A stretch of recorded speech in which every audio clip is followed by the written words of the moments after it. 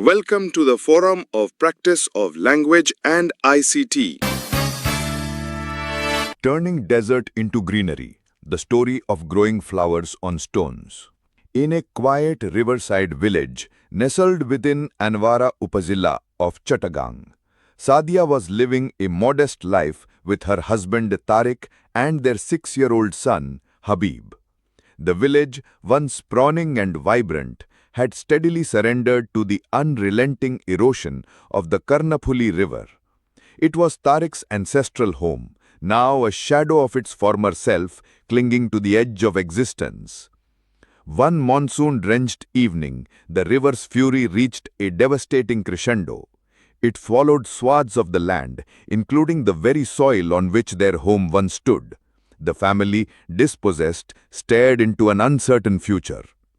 Tareq, a man with modest education and a working knowledge of computer applications, managed to secure employment at a local computer shop.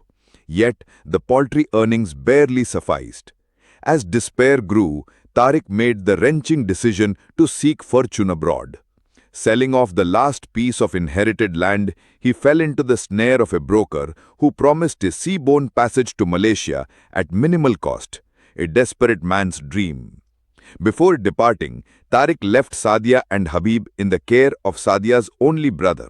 But the arrangement proved to be a trial of endurance. Sadia's sister-in-law, Runa, treated her with disdain and cruelty, barely offering food, let alone affection. Sadia bore the hardship in silence, clinging to the pedal sewing machine her late mother had once used, a relic of better times and a beacon of hope. Under a shroud of night, Tareq boarded an overcrowded engine boat from St. Martin's Island, bound for Malaysia. After 2 days at sea, the engine failed. The vessel drifted aimlessly in the merciless waters. Then came a storm, sudden, violent, and unyielding. The boat capsized. Amid the chaos, only 35 souls were rescued by nearby fishing vessels. Tareq was among the fortunate few, deposited on the shores of the distant Andaman Islands, alive but broken. Back in the village, Sadia's suffering deepened. Grief-stricken and alone, she turned to sewing, her only remaining skill. She began stitching women's garments for villagers, stitching away not just fabric, but her anguish. Then came a turning point. Marzana, a compassionate factory worker visiting during Eid, saw Sadia's plight and offered her a lifeline. She brought Sadia and Habib to Ghazipur. Thanks to Marzana's goodwill, Sadia was employed as a helper in a garments factory. Her mentor's guidance and her own diligence quickly elevated her. In 4 months, Sadia earned a promotion to operator. Her mastery of the Kansai belt joint process, producing 200 pieces an hour, became the talk of the factory floor.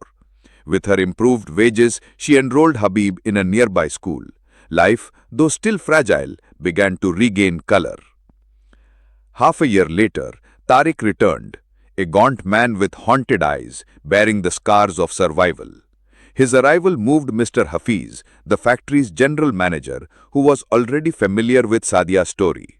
At her request, Hafiz offered Tareq a job as a peon. As time passed, Tareq yearned for dignity and progress. He reached out to his cousin Sufyan in Oman, who worked at an agricultural firm. Sufyan agreed to help. Meanwhile, Mr. Hafiz, ever supportive, arranged for Tareq to train in printing, embroidery, and vehicle maintenance, skills that could serve him abroad. Over 6 months, Tareq absorbed everything, determined to rewrite his fate. His dedication had not been unnoticed. During a critical emergency, when a $20,000 shipment was at risk, Tareq played a key role in ensuring the timely delivery of thousands of jackets by coordinating with his subcontract factory. His quiet heroism earned him respect from all quarters. At last, Tareq secured a visa to Oman. Armed with skills, machines, including a motorized Daichi embroider unit, and boundless resolve, he embarked on a new chapter. In Salalah, he joined an agricultural firm and quickly proved invaluable. Drawing on past training and contacts in Bangladesh, he arranged for cost-effective seed imports. His initiative saved the company significant sums and earned their trust. Salala's fertile lands, lovingly tilled by hard-working Bangladeshi expatriates, inspired Tareq. Within 2 years, he leased 10 bighas of land and launched his own farm. He hired some Bangladeshi workers and expanded his enterprise to include auto parts imports and garment embroidery services. He created his own brand logo in Dholaikhal, Dhaka, and began importing auto parts and agricultural seeds from Bangladesh. In Oman, the seeds of different plants are very expensive. For example, the seeds of the red spinach costs some 10 riyals per kg, 1300 taka in Oman, whereas it is some 200 to 250 taka per kg in Bangladesh. Tareq's printing and embroidery business began to grow rapidly as many garment wholesalers in Oman continued placing orders with him to transform their plain, inexpensive garments into high-value items featuring eye-catching printed and embroidered designs. Tareq's ingenuity transformed hardship into a three-pronged business model: agro-farming, automotive supply, and garment value addition. Despite his success, the ghost of that fateful storm in the deep sea near the Andaman Island still visited him in the quiet hours.